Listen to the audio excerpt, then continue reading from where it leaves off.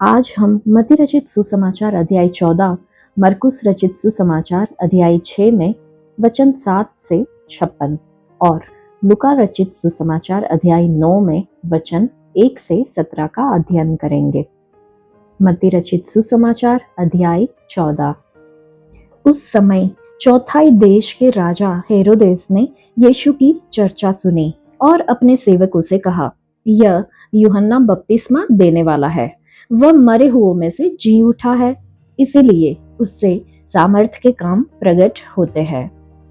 क्योंकि हेरोदेस ने अपने भाई फिलिपुस की पत्नी हेरोदेसिया के कारण यूहन्ना को पकड़कर बांधा और जेल खाने में डाल दिया था, क्योंकि यूहन्ना ने उससे कहा था कि इसको रखना तेरे लिए उचित नहीं है। इसलिए वह उसे मार डालना चाहता था, पर लोगों से डरता था, क्योंकि वे उसे भविष्यद्वक्ता मानते थे। पर जब हेरोदेस का जन्मदिन आया तो हेरोदियास की बेटी ने उत्सव में नाच दिखाकर हेरोदेस को खुश किया। इस पर उसने शपथ खाकर वचन दिया, जो कुछ तू मांगेगी मैं तुझे दूंगा। वह अपनी माता के उकसाने से बोली, यूहन्ना बपतिस्मा देने वाले का सिर थाल में यही मुझे मंगवा दे। राजा दुखी हुआ, पर अपनी शपथ के और साथ बैठने वालों के कारण आज्ञा दी कि दे दिया जाए, और उसने जेल खाने में लोगों को भेजकर यूहन्ना का सिर कटवा दिया और उसका सिर थाल में लाया गया और लड़की को दिया गया, जिसे वह अपनी माँ के पास ले गई। तब यूहन्ना के चेले आए और उसके शव को ले जाकर गाड़ दिया और जाकर यीशु को समाचार दिया। इन वचनों में हम देखते हैं यूहन्ना बपतिस्मा देने वाले का सिर कटवाया जाता है। यीशु की सेवकाई का समाचार चौथाई देश के राजा हेरोदेस तक पहुंचा। हेरोदेस महान के इस कुख्यात पुत्र को हेरोदेस अंतिपास के नाम से भी जाना जाता था। इसी ने यूहन्ना बपतिस्मा देने वाले की हत्या करने का आदेश दिया था। जब उसने मसीह के आश्चर्य कर्मों के विषय में सुना तो उसका विवेक उसने कचोटने लगा। उसने जिस भविष्यद्वक्ता का सिर कटवा दिया था उसे याद कर वह परेशान हो उठा। उसने अपने सेवकों को बताया, यह यूहन्ना है, वह मरे हुओं में से जी उठा है। यह इन आश्चर्य कर्मों का स्पष्टीकरण है। वचन 3 से 12 जिस प्रकार का वर्णन करता है उस प्रकार के वर्णन को साहित्यिक पूर्व दृश्य कहा जाता है। मत्ती अपने वर्णन के क्रम को रोककर बीच में यूहन्ना बपतिस्मा देने वाले की मृत्यु से संबंधित घटनाओं का उल्लेख कर रहा है। हेरोदेस ने अपनी पत्नी को त्याग दिया था और अपने भाई फिलिपुस की पत्नी के साथ व्यभिचार के संबंध में पड़ गया था। परमेश्वर के भविष्यद्वक्ता के रूप में यूहन्ना उसे फटकारने से नहीं चूका। उसने क्रोधित और निडर होकर हेरोदेस पर उंगली उठाई और उसकी अनैतिकता के लिए उसे लताड़ा। राजा इतना क्रोधित हो गया कि वह उसे मार डालना चाहता था, लेकिन यह राजनीतिक दृष्टि से समयोचित नहीं था। लोग यूहन्ना को एक भविष्यद्वक्ता मानते थे और अगर यूहन्ना को मृत्युदंड दिया जाता तो इसके परिणाम स्वरूप वे हिंसक होकर विरोध जताते। इसलिए तानाशाह ने यूहन्ना बपतिस्मा देने वाले को बंदी बनाकर अपने क्रोध को अस्थायी रूप से शांत कर लिया। भक्तिहीन लोग धर्म को कुछ वैसा ही देखना पसंद करते हैं जैसे वे एक मरे हुए या पिंजड़े में कैद शेर को देखना पसंद करते हैं।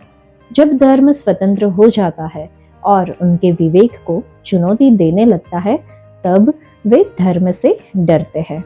हेरोदेस के जन्मदिन पर हेरोदियास की बेटी ने अपने नाच से राजा को इतना प्रसन्न कर दिया कि उसने उतावली में यह कह दिया कि वह जो चाहे उसे मांग ले। अपनी कुल्टा माँ के द्वारा उस्काए जाने पर उसने निर्लजता से यूहन्ना बपतिस्मा देने वाले का सिर थाल में मांग लिया। इस समय तक यूहन्ना बपतिस्मा देने वाले के प्रति राजा का क्रोध काफी हद तक शांत हो चुका था। शायद वह भविष्यद्वक्ता के साहस और अखंडता की सराहना भी करता था, लेकिन यद्यपि वह दुखी था, उसने महसूस किया कि उसे अपनी प्रतिज्ञा पूरी करनी ही पड़ेगी।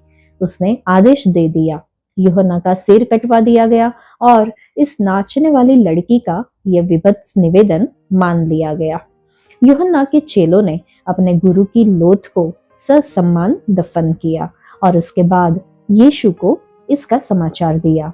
अपने शोक और रोष को उंडेलने के लिए यीशु के पास जाने से बेहतर और कोई दूसरा उपाय नहीं हो सकता। न ही वे हमारे सामने इससे बेहतर उदाहरण रख सकते थे। सताव, अत्याचार, कष्ट और दुख के समय हमें भी यीशु के पास जाकर अपनी बातों को उससे कहना चाहिए। जहां तक हेरोदेस की बात है, वह अपना अपराध कर चुका, लेकिन इसकी यादें अब भी उसका पीछा नहीं छोड़ रही थी। जब उसने यीशु की गतिविधियों के बारे में सुना, तो यूहन्ना की मृत्यु से संबंधित सारी घटना मानो लौट कर उसे परेशान करने लगी। हमें खुद को प्रश्न पूछना चाहिए, जब हमारे ऊपर सताव, अत्याचार और दुख आता है तो हम किसके पास जाते हैं? क्या हम यीशु के पास जाते हैं या फिर हम दूसरे लोगों के पास जाते हैं? हमें यीशु के पास ही जाके अपनी सारी बातें रखनी चाहिए। वचन 13 से जब हम आगे पढ़ते हैं तो लिखा है, जब यीशु ने यह सुना तो वह नाव पर चढ़कर वहां से किसी सुनसान जगह को एकांत में चला गया। लोग यह सुनकर नगर नगर से पैदल ही उसके पीछे हो लिए। उसने निकलकर एक बड़ी भीड़ देखी और उन पर तरस खाया और उनके बीमारों को चंगा किया। जब सांझ हुई तो उसके चेलों ने उसके पास आकर कहा, यह सुनसान जगह है और देर हो रही है, लोगों को विदा किया जाए कि वे बस्तियों में जाकर अपने लिए भोजन मोल ले। पर यीशु ने उनसे कहा, उनका जाना आवश्यक नहीं, तुम ही इन्हें खाने को दो। उन्होंने उससे कहा, यहाँ हमारे पास 5 रोटी और 2 मछलियों को छोड़ और कुछ नहीं है। उसने कहा, उनको यहाँ मेरे पास ले आओ। तब उसने लोगों को घास पर बैठने को कहा और उन 5 रोटियों और 2 मछलियों को लिया और स्वर्ग की ओर देखकर धन्यवाद किया और रोटियां तोड़ तोड़ कर चेलों को दी और चेलों ने लोगों को। जब सब खाकर तृप्त हो गए तो चेलों ने बचे हुए टुकड़ों से भरी हुई 12 टोकरियां उठाई और खाने वाले स्त्रियों और बालकों को छोड़कर 5000 पुरुषों के लगभग थे। इन वचनों से हम समझते हैं कि जब यीशु ने यह सुना कि हेरोदेस उसके आश्चर्य कर्मों के समाचारों को सुनकर व्याकुल है, तो वह नाव पर गलील की झील के किनारे के किसी एकांत स्थान को चला गया। हम निश्चय ही यह कह सकते हैं कि वह डर कर वहां से नहीं गया। वह जानता था कि समय से पहले उसका कोई कुछ बिगाड़ नहीं सकता। हम उसके वहां से चले जाने का वास्तविक कारण नहीं जान सकते, लेकिन एक कारण यह हो सकता है कि उसके चेले अभी अभी प्रचार करके लौटे थे और कुछ समय उन्हें विश्राम और शांति की जरूरत थी। लेकिन नगर से बड़ी भीड़ पैदल उसके पीछे चलते हुए आ गई। जब वह किनारे आ गया तो भीड़ उसकी प्रतीक्षा कर रही थी। इस तरह भीड़ के घुस आने से चिड़चिड़ा उठने के बजाय तरस खाने वाला हमारा प्रभु तुरंत ही अपने काम पर लग गया और उसने उनके बीमारों को चंगा किया। जब सांझ हुई, अर्थात शाम के लगभग 3 या 4 बजे के आसपास, उसके चेलों को लगा कि एक संकट की स्थिति निर्मित होने लगी है। वहां बहुत बड़ी भीड़ थी और उनके खाने के लिए कुछ भी नहीं था। उन्होंने यीशु से भोजन खरीदने के लिए कुछ लोगों को पास की बस्तियों में भेजने के लिए पूछा। उन्होंने मसीह के हृदय को बहुत छोटा जाना और उनकी सामर्थ्य को भी बहुत ही कम समझा। प्रभु ने उन्हें आश्वस्त किया कि ऐसा करना आवश्यक नहीं है। लोग ऐसे व्यक्ति को क्यों छोड़ दे जो अपने हाथ को खोल देता है और प्रत्येक जीवन प्राणी की इच्छा की पूर्ति करता है। उसके बाद अपने चेलों से अचानक कह दिया, तुम ही इन्हें खाने को दो। वे चौंक गए। उन्हें खाने के लिए दो, हमारे पास 5 रोटी और 2 मछलियों के सिवाय और कुछ नहीं है। वे यह भूल गए कि उनके पास यीशु भी है। उद्धारकर्ता ने बहुत ही धीरज के साथ कहा, उनको यहाँ मेरे पास लाओ। उन्हें सिर्फ इतना ही काम करना था। मतलब उनके पास जो कुछ भी था, चाहे वह थोड़ा भी था, लेकिन वो यीशु के पास उन्हें रखना था। हमारे पास भी कई बार हमें लगता है कि पर्याप्त चीजें नहीं है, लेकिन हमारे पास जो कुछ भी है, हमें उसको यीशु के चरणों में रख देना है। आगे हम देखते हैं कि हम उस दृश्य की कल्पना कर सकते हैं जब प्रभु लोगों को घास पर बैठने के लिए निर्देश दे रहे हैं। उनके चेले सोच रहे होंगे कि 5 रोटी और 2 मछली है और ये यीशु लोगों को घास पर खाने के लिए, बैठने के लिए बोल रहे हैं। उनके मन में कितने सारे सवालों का बवंडर चल रहा होगा। लेकिन 5 रोटियां और 2 मछलियों को अपने हाथ में लेकर यीशु ने धन्यवाद किया। रोटियों को तोड़ तोड़ कर बांटने के लिए चेलों को दिया। सबके लिए भरपूर भोजन हो गया। जब सब तृप्त हो गए तो चेलों ने बचे खुचे भोजन को एकत्रित किया, जिससे 12 टोकरियां भर गई। जितना भोजन यीशु के बांटने से पहले नहीं था, उससे ज्यादा भोजन खाने के बाद बच गया। चेलों पर कटाक्ष करते हुए यह कहा जा सकता है कि प्रत्येक अविश्वासी चेले के लिए एक एक टोकरी बच गई और शायद 10,000 से 15,000 लोगों की भीड़ तृप्त हुई, क्योंकि लिखा है 5,000 पुरुष में स्त्रियों और बच्चों की संख्या को जोड़कर अगर हम देखें तो 10 से 15,000 लोग हो चुके होंगे। ये आश्चर्यकर्म प्रत्येक पीढ़ी के चेलों के लिए एक आत्मिक सीख है। भूखी भीड़ हमेशा हमारे सामने रहती है। हमेशा ही चेलों का एक छोटा सा झुंड होता है, जिनके पास बहुत ही कम दिखाई देने वाले संसाधन होते हैं, और हमेशा तरस खाने वाला हमारा उद्धारकर्ता उपस्थित रहता है। जब चेले अपने पास उपलब्ध थोड़े में से सब कुछ दे देते हैं, तो वह उसे इतना बढ़ा देते हैं कि यह हजारों भूखे लोगों के लिए पर्याप्त हो जाता है। यहाँ पर ध्यान देने योग्य बात यह है कि जिन 5,000 पुरुषों को गलील के किनारे तृप्त किया गया, उनकी भूख कुछ समय के लिए ही शांत की गई। लेकिन आज जो मसीह के जीवित वचन से तृप्त होते हैं, वे सदा के लिए तृप्त किए जाते हैं। वचन 22 से आगे जब हम पढ़ते हैं तो लिखा है, तब उसने तुरंत अपने चेलों को नाव पर चढ़ने के लिए विवश किया कि वे उससे पहले पार चले जाए, जब तक वह लोगों को विदा करे। वह लोगों को विदा करके प्रार्थना करने को अलग पहाड़ पर चला गया और सांझ को वह वहां अकेला था। उस समय नाव झील के बीच लहरों से डगमगा रही थी, क्योंकि हवा सामने की थी, और यीशु रात के चौथे पहर झील पर चलते हुए उनके पास आया।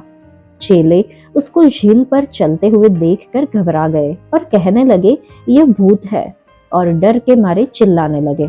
तब यीशु ने तुरंत उनसे बातें की और कहा, ढाढ़स बांधो, मैं हूँ, डरो मत।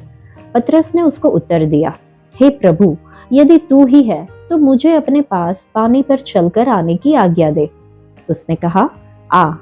तब पतरस नाव पर से उतरकर यीशु के पास जाने को पानी पर चलने लगा, पर हवा को देखकर डर गया, और जब डूबने लगा तो चिल्लाकर कहा, हे प्रभु, मुझे बचा।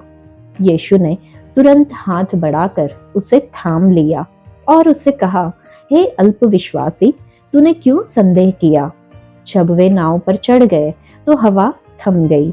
इस पर उन्होंने जो नाव पर थे उसे दंडवत करके कहा, सचमुच तू परमेश्वर का पुत्र है। हम समझ सकते हैं कि पिछले आश्चर्य कर्म ने चेलों को आश्वस्त कर दिया कि वे एक ऐसे व्यक्ति के पीछे चल रहे हैं जो उनकी आवश्यकताओं की पूर्ति भरपूरी से कर सकता है। अब वे यह सीखेंगे कि यह व्यक्ति उन्हें आश्रय दे सकता है और उन्हें सामर्थ्य भी प्रदान कर सकता है। जब यीशु भीड़ को विदा कर रहे थे, तब उसने चेलों से कहा कि वे नाव पर चढ़कर झील के पार चले। उसके बाद वह प्रार्थना करने के लिए ऊपर पहाड़ी पर चले गए। जब सांझ हुई, अर्थात सूर्यास्त के बाद, वह वहां पे अकेले थे। अब तक नाव झील के बीच भूमि से काफी दूर तक पहुंच चुकी थी और वह सामने से आ रही हवा से जूझ रही थी।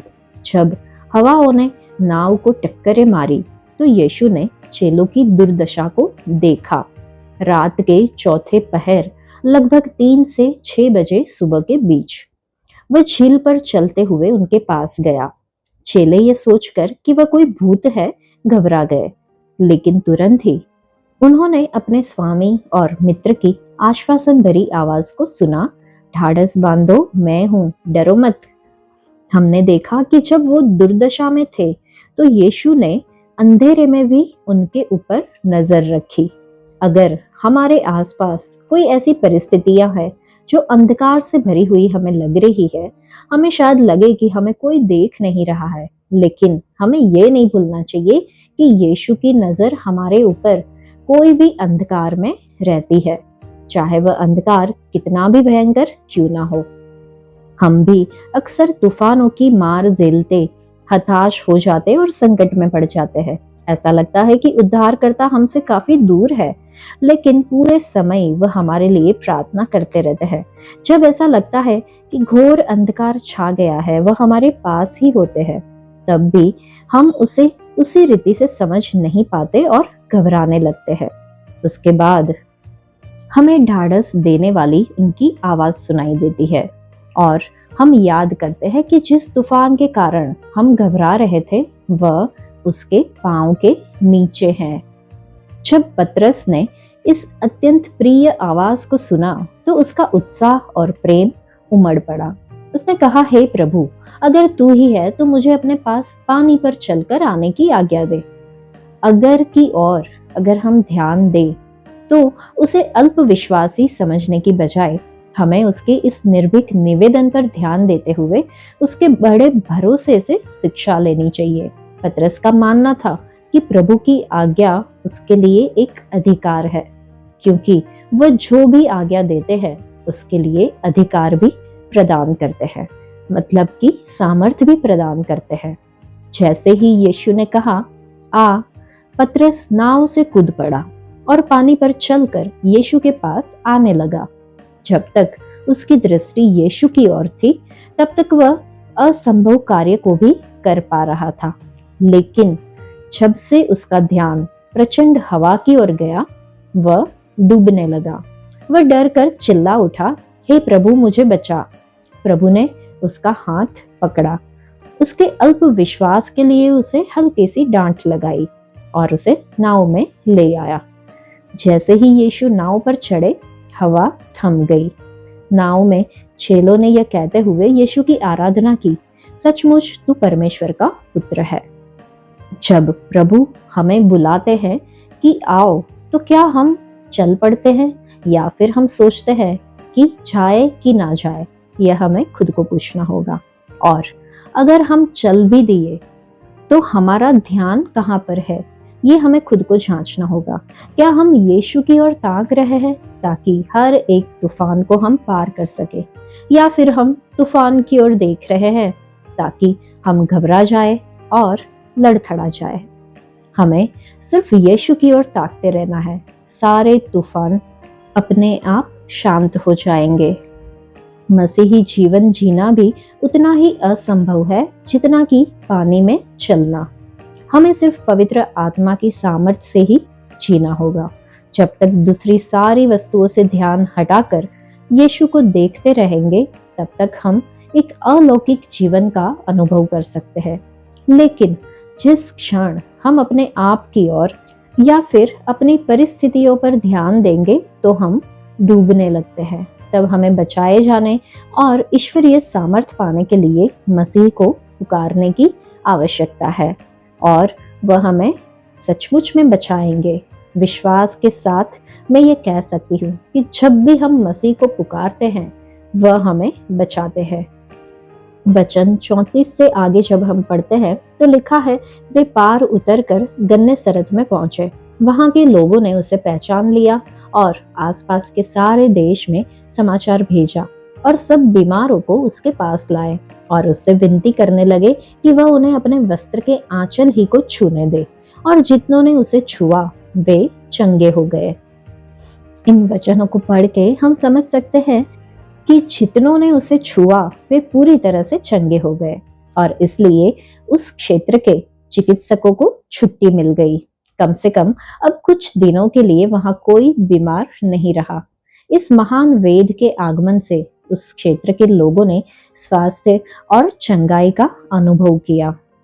मरकुस रचित सुसमाचार अध्याय 6 में वचन 7 से 56। उसने 12 को अपने पास बुलाया और उन्हें 2-2 करके भेजने लगा और उन्हें अशुद्ध आत्माओं पर अधिकार दिया। उसने उन्हें आज्ञा दी, मार्ग के लिए लाठी छोड़ और कुछ न लो, न तो रोटी, न झोली, न बटुए में पैसे, परंतु जूतियां पहनो और दो दो कुर्ते न पहनो। और उसने उनसे कहा, जहां कहीं तुम किसी घर में उतरो तो जब तक वहां से विदा ना हो तब तक उसी घर में ठहरे रहो। जिस स्थान के लोग तुम्हें ग्रहण न करें और तुम्हारी न सुने, वहां से चलते ही अपने तलवों की धूल झाड़ डालो कि उन पर गवाही हो। तब उन्होंने जाकर प्रचार किया कि मन फिराओ, और बहुत सी दुष्ट आत्माओं को निकाला और बहुत से बीमारों पर तेल मल कर उन्हें चंगा किया। यहाँ पर हम देखते हैं कि यीशु अपने चेलों में से दो दो लोगों को साथ में भेजते हैं। उन्हें अशुद्ध आत्माओं पर अधिकार दिया जाता है और जरूरत से ज्यादा चीजें साथ में न रखने के लिए कहा जाता है। अपने तलवों की धूल झाड़ देना मतलब ये स्वीकार न किए जाने को दिखाने का एक चिन्ह था। एक अन्य उदाहरण के लिए हम देख सकते हैं प्रेरितों के काम में अध्याय 13 में वचन 51 को। हमने देखा कि लिखा है, बहुत सी दुष्ट आत्माओं को निकाला और बहुत से बीमारों पर तेल मल कर उन्हें चंगा किया। तेल मलने का मतलब है कि जैतून का तेल वो लोग मलते थे जो लोग बीमार होते थे उसके ऊपर। प्रभु यीशु के दिनों में जैतून के तेल का प्रयोग चंगाई की रीति में किया जाता था। तेल को किसी पर डालना या मलना अभिषेक करना भी कहा जाता था। आगे वचन जब हम पढ़े तो लिखा है, हेरोदेस राजा ने भी उसकी चर्चा सुनी क्योंकि उसका नाम फैल गया था, और उसने कहा, यूहन्ना बपतिस्मा देने वाला मरे हुओं में से जी उठा है, इसलिए उससे ये सामर्थ्य के काम प्रकट होते हैं। अन्य लोगों ने कहा, यह एलिया है, परंतु कुछ अन्य ने कहा, भविष्यद्वक्ता या भविष्यद्वक्ताओं में से किसी एक के समान है। हेरोदेस ने यह सुनकर कहा, जिस यूहन्ना का सिर मैंने कटवाया था वही जी उठा है। हेरोदेस ने अपने भाई फिलिपुस की पत्नी हेरोदियास के कारण, जिससे उसने विवाह कर लिया था, लोगों को भेजकर यूहन्ना को पकड़वा कर बंदी गृह में डाल दिया था, क्योंकि यूहन्ना ने हेरोदेस से कहा था, अपने भाई की पत्नी को रखना तुझे उचित नहीं। इसलिए हेरोदियास उससे बैर रखती थी और ये चाहती थी कि उसे मरवा डाले, परंतु ऐसा ना हो सका, क्योंकि हेरोदेस यूहन्ना को धर्मी और पवित्र पुरुष जानकर उससे डरता था और उसे बचाए रखता था और उसकी बातें सुनकर बहुत घबराता था, पर आनंद से सुनता था। ठीक अवसर आया जब हेरोदेस ने अपने जन्मदिन में अपने प्रधानों और सेनापतियों और गलील के बड़े लोगों के लिए भोज किया, तो हेरोदियास की बेटी भीतर आई और नाच कर हेरोदेस को और उसके साथ बैठने वालों को प्रसन्न किया। तब राजा ने लड़की से कहा, तू जो चाहे मुझसे मांग, मैं तुझे दूंगा। और उससे शपथ खाई, मैं अपने आधे राज्य तक जो कुछ तू मुझसे मांगेगी मैं तुझे दूंगा। उसने बाहर जाकर अपनी माता से पूछा, मैं क्या मांगू? वह बोली, यूहन्ना बपतिस्मा देने वाले का सिर। वह तुरंत राजा के पास भीतर आई और उससे विनती की, मैं चाहती हूँ कि तू अभी यूहन्ना बपतिस्मा देने वाले का सिर एक थाल में मुझे मंगवा दे। तब राजा बहुत उदास हुआ, परंतु अपनी शपथ के कारण और साथ बैठने वालों के कारण उसे टालना न चाहा। अतः राजा ने तुरंत एक सिपाही को आज्ञा देकर भेजा कि उसका सिर काट लाए। उसने जेल खाने में जाकर उसका सिर काटा और एक थाल में रख कर लाया और लड़की को दिया, और लड़की ने अपनी माँ को दिया। ये सुनकर यूहन्ना के चेले आए और उसके शव को ले गए और कब्र में रखा। प्रेरितों ने यीशु के पास इकट्ठे होकर जो कुछ उन्होंने किया और सिखाया था सब उसको बताया।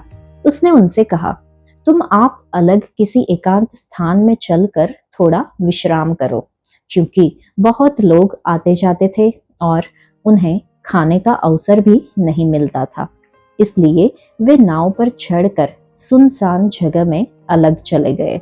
बहुतों ने उन्हें जाते देखकर पहचान लिया और सब नगरों से इकट्ठे होकर वहां पैदल दौड़े और उनसे पहले जा पहुंचे। उसने उतरकर बड़ी भीड़ देखी और उन पर तरस खाया, क्योंकि वे उन भेड़ों के समान थे जिनका कोई रखवाला ना हो, और वह उन्हें बहुत सी बातें सिखाने लगा। जब दिन बहुत ढल गया तो उसके चेले उसके पास आकर कहने लगे, ये सुनसान जगह है और दिन बहुत ढल गया है। उन्हें विदा कर कि चारों ओर के गांवों और बस्तियों में जाकर अपने लिए कुछ खाने को मोल ले। उसने उत्तर दिया, तुम ही उन्हें खाने को दो। उन्होंने उससे कहा, क्या हम 100 दिनार की रोटियां मोल ले और उन्हें खिलाए? उसने उनसे कहा, जाकर देखो तुम्हारे पास कितनी रोटियां हैं। उन्होंने मालूम करके कहा, 5 और 2 मछली भी। तब उसने उन्हें आज्ञा दी कि सबको हरी घास पर पांति पांति से बैठा दो। वे 100 और 50 करके पांति पांति बैठ गए। उसने उन 5 रोटियों को और 2 मछलियों को लिया और स्वर्ग की ओर देखकर धन्यवाद किया और रोटियां तोड़ तोड़ कर चेलों को देता गया कि वे लोगों को परोसे। और वे 2 मछलियां भी उन सब में बांट दी। सब खाकर तृप्त हो गए और उन्होंने टुकड़ों से 12 टोकरियां भरकर उठाई और कुछ मछलियों से भी। जिन्होंने रोटियां खाई वे 5000 पुरुष थे। इन वचनों को जब हम पढ़ते हैं तो हम देखते हैं कि दिन ढलने लगा तो उसके चेले भीड़ के कारण अधीर हो उठे। इतने सारे लोग और खाने को कुछ नहीं। उन्होंने प्रभु यीशु से विनती की कि वह उन्हें विदा कर दे। वही भीड़ जिसने उद्धारकर्ता में तरस उत्पन्न किया चेलों को चिंतित कर रही थी। क्या लोग हमारे लिए विघ्न डालने वाले होते हैं या वे हमारे प्रेम के पात्र होते हैं? यीशु ने चेलों की ओर मुड़कर कहा, तुम ही उन्हें खाने को दो। सब कुछ हास्यास्पद प्रतीत होता है। 5000 पुरुष, उसके अतिरिक्त स्त्रियां और बच्चे और 5 रोटी और 2 मछली को छोड़कर और कुछ नहीं, और परमेश्वर। इसके बाद दिखाए गए आश्चर्य कर्म में चेलों ने यह चित्र देखा कि कैसे उद्धारकर्ता खुद को एक भूखे संसार के लिए जीवन की रोटी के रूप में दे देगा। उसकी देह तोड़ी जाएगी ताकि दूसरे अनंत जीवन पाए। वास्तव में जो शब्द प्रयोग किए गए वे प्रभु भोज के तीव्र सुझाव देने वाले हैं, जो प्रभु की मृत्यु का स्मरण दिलाता है कि उसने लिया, उसने धन्यवाद किया, उसने तोड़ा, उसने दिया। नाश होते संसार में कैसे सुसमाचार का प्रचार किया जा सकता है? प्रभु यीशु ने कहा, तुम ही उन्हें खाने को दो। अगर हमारे पास जो कुछ भी है उसे हम प्रभु को दे दे तो चाहे वह बिल्कुल कम हो, वह उन्हें आशीष देकर बहुतों के लिए बढ़ा सकते हैं। प्रभु ने भीड़ को 100 और 50 की पांति से बिठाकर कार्य को एक सुव्यवस्थित विधि से किया। प्रभु ने धन्यवाद देकर रोटियां और मछली तोड़ी। उसके द्वारा आशीष रहित होकर वे कभी भी उपयोगी नहीं होते। बिना टूटे वे पूरी तरह से अपर्याप्त ठहरते। प्रभु ने खुद भोजन वितरित नहीं किया, उन्होंने अपने चेलों को ऐसा करने की अनुमति दी। उनकी योजना है इस संसार को अपने लोगों के द्वारा तृप्त करना। आत्मिक रूप से भोजन प्रदान करना चेलों की जिम्मेदारी है। सब के लिए पर्याप्त भोजन था। अगर आज विश्वासी अपनी तत्कालिक आवश्यकताओं के अतिरिक्त सभी वस्तुओं को प्रभु के कार्य में देंगे तो संपूर्ण जगत इसी पीढ़ी में सुसमाचार सुन पाएगा। जो टुकड़े बच गए, 12 टोकरियां भरकर, वे उस मात्रा से अधिक थे जिनके साथ उसने प्रारंभ किया था। परमेश्वर उदारता से देने वाले हैं, तो भी ध्यान देने योग्य बात है कि कुछ भी नष्ट नहीं हुआ। अतिरिक्त भोजन वस्तु को एकत्रित किया गया। किसी भी वस्तु को अपव्यय करना पाप है। अगर चेले विश्राम करने की अपनी योजना पर अड़े रहते तो यह आश्चर्य कर्म, जो महान आश्चर्य कर्मों में से एक है, कभी घटित नहीं हुआ होता। कितनी ही बार हमारे साथ ऐसा ही होता है। हम अपने विश्राम को छोड़कर कुछ करने को कभी तैयार नहीं हो सकते हैं। हमें कभी दूसरों की आत्मिक भूख नजर नहीं आती है। ये हमें खुद के जीवन में सोच समझकर लागू करने की आवश्यकता है। आगे जब हम वचन पढ़ते हैं तो लिखा है, तब उसने तुरंत अपने चेलों को नाव पर चढ़ने के लिए विवश किया कि वे उससे पहले उस पार बैतसैदा को चले जाए, जब तक कि वह लोगों को विदा करे। उन्हें विदा करके वह पहाड़ पर प्रार्थना करने को गया। जब सांझ हुई तो नाव झील के बीच में थी और वह अकेला भूमि पर था। जब उसने देखा कि वे खेते खेते घबरा गए हैं क्योंकि हवा उनके विरुद्ध थी, तो रात के चौथे पहर के निकट वह झील पर चलते हुए उनके पास आया और उनसे आगे निकल जाना चाहता था।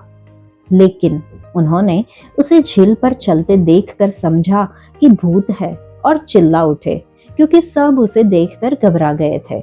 पर उसने तुरंत उनसे बातें की और कहा, ढाढ़स बांधो, मैं हूँ, डरो मत। तब वह उनके पास नाव पर आया और हवा थम गई और वे बहुत ही आश्चर्य करने लगे। वे उन रोटियों के विषय में न समझे थे क्योंकि उनके मन कठोर हो गए थे। इन वचनों से हम समझ सकते हैं कि उद्धारकर्ता न केवल अपने सेवकों को आहार दे सकते हैं, लेकिन साथ ही उनकी सुरक्षा का भी प्रबंध कर सकते हैं। नाव के द्वारा चेलों को वापस झील के पश्चिमी किनारे की ओर भेजने के पश्चात प्रभु यीशु पहाड़ पर प्रार्थना करने को गए। रात के अंधियारे में प्रभु ने उन्हें हवा के विरुद्ध नाव को कठिनाई से खेते देखा। वह झील पर चलते हुए उनकी सहायता के लिए आए। पहले तो वे ये सोचकर डर गए कि वह एक भूत था। तब प्रभु ने तर्क देते हुए उनसे बात की और नाव पर अपने कदम रखे और तुरंत हवा थम गई। और बाद में वे आश्चर्य करने लगे। वे उन रोटियों के विषय में न समझे क्योंकि उनके मन कठोर हो गए थे। यह विचार ऐसा प्रतीत होता है कि रोटी के चमत्कार में प्रभु की सामर्थ्य को देखने के बाद भी वे इस बात को नहीं समझ पाए थे कि उनके लिए कुछ भी असंभव नहीं था। उन्हें प्रभु को पानी पर चलते हुए देखकर आश्चर्य नहीं करना चाहिए था। ये उस आश्चर्य से किसी भी रीति से नहीं था जिसे वे थोड़े ही समय पहले देख चुके थे। विश्वास की कमी ने हृदय की कठोरता और आत्मिक बोध की मतिमंदता को उत्पन्न किया। इस आश्चर्यक्रम में कलीसिया ने इस युग और इसके समापन के लिए एक चित्र को देखा। पहाड़ पर प्रभु यीशु स्वर्ग में अपने लोगों के लिए विनती करने की अपनी वर्तमान सेवकाई को दर्शाते हैं। चेले जीवन की आंधी और संकट से त्रस्त प्रभु के सेवकों को दर्शाते हैं। शीघ्र ही उद्धारकर्ता अपने लोगों को खतरों और विपत्तियों से बचाने और स्वर्गीय किनारे पर सुरक्षित पहुंचाने के लिए वापस आएंगे। कई बार हम भी हमारे जीवन में कठिन परिस्थितियों से लड़ते लड़ते थक जाते हैं। यहाँ पे भी लिखा है कि वह खेते खेते थक चुके थे क्योंकि हवा उनके विरुद्ध थी। हमारे भी जीवन में, हमारे जीवन नया के विरुद्ध में बहुत सारी ऐसी बातें, ऐसी हवाएं चलती है जब हम लड़ते लड़ते थक जाते हैं। लेकिन भूले ना, जिस तरह से यहाँ पर प्रभु यीशु आते हैं वैसे ही वे भी आज भी हमारे जीवन में आने के लिए तैयार है। आगे वचन 53 से जब हम पढ़ते हैं तो लिखा है, वे पार उतरकर गन्नेसरत में पहुंचे और नाव घाट पर लगाई। जब वे नाव पर से उतरे तो लोग तुरंत उसको पहचान कर आसपास के सारे देश में दौड़े और बीमारों को खाटों पर डालकर जहां जहां समाचार पाया कि वह है वहां वहां लिए फिरे। और जहां कहीं वह गांव, नगरों या बस्तियों में जाता था, लोग बीमारों को बाजारों में रखकर उससे विनती करते थे कि वह उन्हें अपने वस्त्र के आंचल ही को छू लेने दे, और जितने उसे छूते थे सब चंगे हो जाते थे। लूका रचित सुसमाचार अध्याय 9 में वचन 1 से 17। फिर उसने 12 को बुलाकर उन्हें सब दुष्टात्माओं और बीमारियों को दूर करने की सामर्थ और अधिकार दिया और उन्हें परमेश्वर के राज्य का प्रचार करने और बीमारों को अच्छा करने के लिए भेजा। और उसने उससे कहा, मार्ग के लिए कुछ न लेना, न तो लाठी, न झोली, न रोटी, न रुपये और न दो दो कुर्ते। और जिस किसी घर में तुम उतरो वहीं रहो और वहीं से विदा हो। जो कोई तुम्हें ग्रहण न करेगा उस नगर से निकलते हुए अपने पांवों की धूल झाड़ डालो कि उन पर गवाही हो। सो वे निकलकर गांव-गांव सुसमाचार सुनाते और हर कहीं लोगों को चंगा करते हुए फिरते रहे। और देश की चौथाई का राजा हेरोदेस ये सब सुनकर घबरा गया, क्योंकि कितनों ने कहा कि यूहन्ना मरे हुओं में से जी उठा है, और कितनों ने यह कि एलिया दिखाई दिया है, औरों ने यह कि पुराने भविष्यद्वक्ताओं में से कोई जी उठा है, परंतु हेरोदेस ने कहा, यूहन्ना का तो मैंने सिर कटवाया, अब यह कौन है जिसके विषय में ऐसी बातें सुनता हूँ? और उसने उसे देखने की इच्छा की। फिर प्रेरितों ने लौटकर जो कुछ उन्होंने किया था उसको बता दिया, और वह उन्हें अलग करके बेतसैदा नाम एक नगर को ले गया। ये जानकर भीड़ उसके पीछे हो ली, और वह आनंद के साथ उनसे मिला और उनसे परमेश्वर के राज्य की बातें करने लगा, और जो चंगे होना चाहते थे उन्हें चंगा किया। जब दिन ढलने लगा तो 12 ने आकर उससे कहा, भीड़ को विदा कर कि चारों ओर के गांव और बस्तियों में जाकर टिके और भोजन का उपाय करे, क्योंकि हम यहाँ सुनसान जगह में है। उसने उनसे कहा, तुम ही उन्हें खाने को दो। उन्होंने कहा, हमारे पास 5 रोटियां और 2 मछली को छोड़ और कुछ भी नहीं है, परंतु हाँ, यदि हम जाकर इन सब लोगों के लिए भोजन मोल ले तो हो सकता है। वे लोग तो 5,000 पुरुषों के लगभग थे। तब उसने अपने चेलों से कहा, उन्हें 50-50 करके पांति में बैठा दो। उन्होंने ऐसा ही किया और सबको बैठा दिया। तब उसने वे 5 रोटियां और 2 मछली ली और स्वर्ग की ओर देखकर धन्यवाद किया और तोड़ तोड़ कर चेलों को देता गया कि लोगों को परोसे। सो सब खाकर तृप्त हुए और बचे हुए टुकड़ों से 12 टोकरी भरकर उठाई। इन वचनों को पढ़ के हम समझ सकते हैं कि प्रभु यीशु मसीह ने, जो कि नाजरत का एक अनजान बढ़ई था, हेरोदेस से मिले बिना भी उसके मन में भय उत्पन्न कर दिया था। पवित्र आत्मा से परिपूर्ण किसी भी व्यक्ति के जीवन के प्रभाव को हम कभी भी कम आंकने की भूल न करें। प्रेरितों ने लौटकर अपने अभियान के परिणामों का ब्यौरा सीधे प्रभु यीशु को दिया। ये सभी मसीही सेवकों के लिए एक अच्छा उदाहरण हो सकता है। बहुधा अपने सेवा कार्य की उपलब्धियों को सार्वजनिक तौर पर प्रस्तुत करना जलन और फूट जैसी बातों को उत्पन्न कर सकता है। हमारे प्रभु चेलों को अलग अलग करके बेतसैदा के पास एक एकांत स्थान पर ले गए। ऐसा लगता है कि उस समय में 2 बेतसैदा हुआ करते थे। एक गलील के पश्चिमी भाग में था और दूसरा पूर्वी भाग में। इसकी वास्तविक भौगोलिक स्थिति अज्ञात है। एकांत में समय बिताने की आशा शीघ्र ही टूट गई। बहुत जल्दी लोगों की एक बड़ी भीड़ वहां एकत्रित हो गई। प्रभु यीशु मसीह तक कभी भी पहुंचा जा सकता था। वह लोगों के लिए हमेशा उपलब्ध रहते थे। वह इस प्रकार के विघ्न से खींचते नहीं थे। वह कभी भी अपने आप को इतना व्यस्त नहीं बताते थे कि लोगों को आशीष न दे सके, लेकिन यह स्पष्ट रूप से लिखा हुआ है कि वह उनसे मिला, उन्हें परमेश्वर के राज्य के बारे में शिक्षा दी और जो चंगे होना चाहते थे उन्हें चंगा किया। जैसे जैसे शाम होने लगी, 12 चेले बेचैन होने लगे। इतने सारे लोगों के लिए भोजन की आवश्यकता थी। इस परिस्थिति से निकल पाना असंभव था, इसलिए उन्होंने प्रभु से कहा कि वह भीड़ को विदा कर दे। हमारा रवैया भी बिल्कुल ऐसा ही होता है। अपने लिए तो हम पतरस के समान प्रभु से प्रार्थना करते हुए कहते हैं कि मुझे अपने पास आने की आज्ञा दे, लेकिन दूसरों के लिए कहते हैं उन्हें विदा कर। यीशु उन्हें आसपास के स्थानों में भोजन लेने के लिए नहीं भेजेंगे। चेलों को लोगों की सेवा करने के लिए यात्रा पर क्यों जाना चाहिए और अपने दरवाजे पर आए व्यक्ति को अनदेखा क्यों नहीं करना चाहिए? चेलों को भीड़ को तृप्त करना ही है। चेलों ने आपत्ति जताते हुए कहा कि उनके पास सिर्फ 5 रोटियां और 2 मछली है। वे ये भूल गए कि उनके पास प्रभु यीशु मसीह के रूप में असीमित स्रोत है जिसका वे उपयोग कर सकते थे।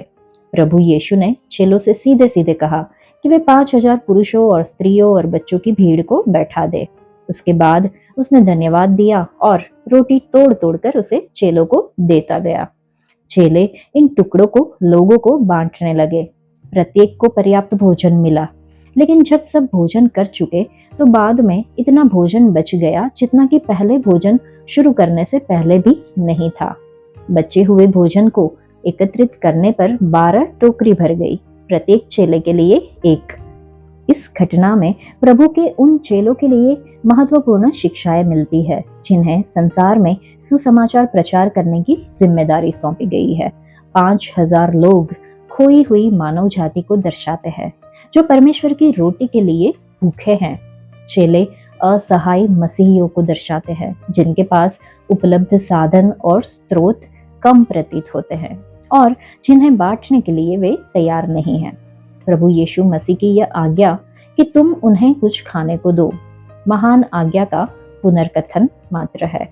यहाँ पर यह शिक्षा पाई जाती है कि हमारे पास जो कुछ है अगर उसे यीशु को दे तो वह इसे कई गुना बढ़ाकर आत्मिक रूप से भूखी भीड़ को तृप्त करने के लिए उपयोग में ला सकते हैं।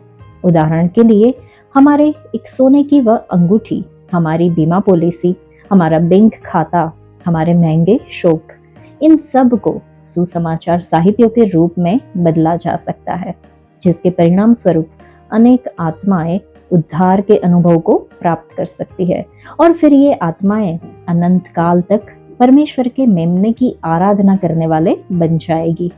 इसी पीढ़ी में सुसमाचार पूरे संसार भर में पहुंच जाएगा अगर मसीही लोग अपना सब कुछ मसीह को समर्पित कर दे। 5000 लोगों को खिलाने की इस घटना में पाई जाने वाली अटल शिक्षा यही है। आज के लिए इतना ही। परमेश्वर आप सबको आशीष दे। धन्यवाद।